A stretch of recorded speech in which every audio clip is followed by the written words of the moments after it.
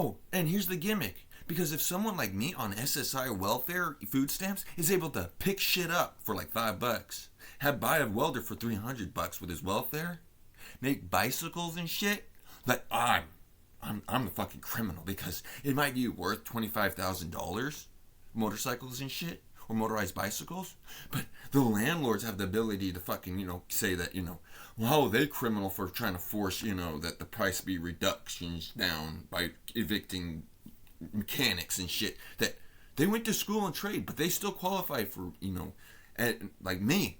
I'm autistic. Apparently, I never graduated common, public school, high school, not for lack of trying. And they even state how I did the online universities, the 30-day free trials when I was in third grade. I got up to a PhD doing all the tests and all the fucking math and all the mathematics, all the fucking homework, all the other shit, and how they terrorized me that this is not a real PhD. But I put all my workings together, and I can fix cars, bicycles, and stuff like that.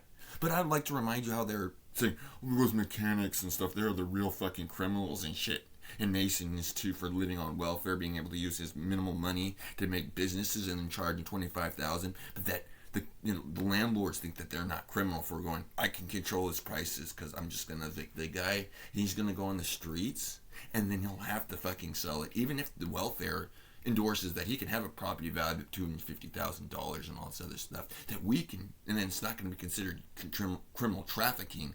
Control them by making sure that they have to fork it over the price that we want it forked over. The fucking labor, all of that shit. Doesn't matter if they could just live, collect the stuff, then have the stuff and have it on prices and stuff like that. And then sell it when they want to sell it to the people that they know are responsible to own motorized vehicles and stuff. But they can't be controlled by the landlords. But that's what they're doing. And they're using that notion of mind of, well, if this country's a democracy, who gives a fucking shit about the law?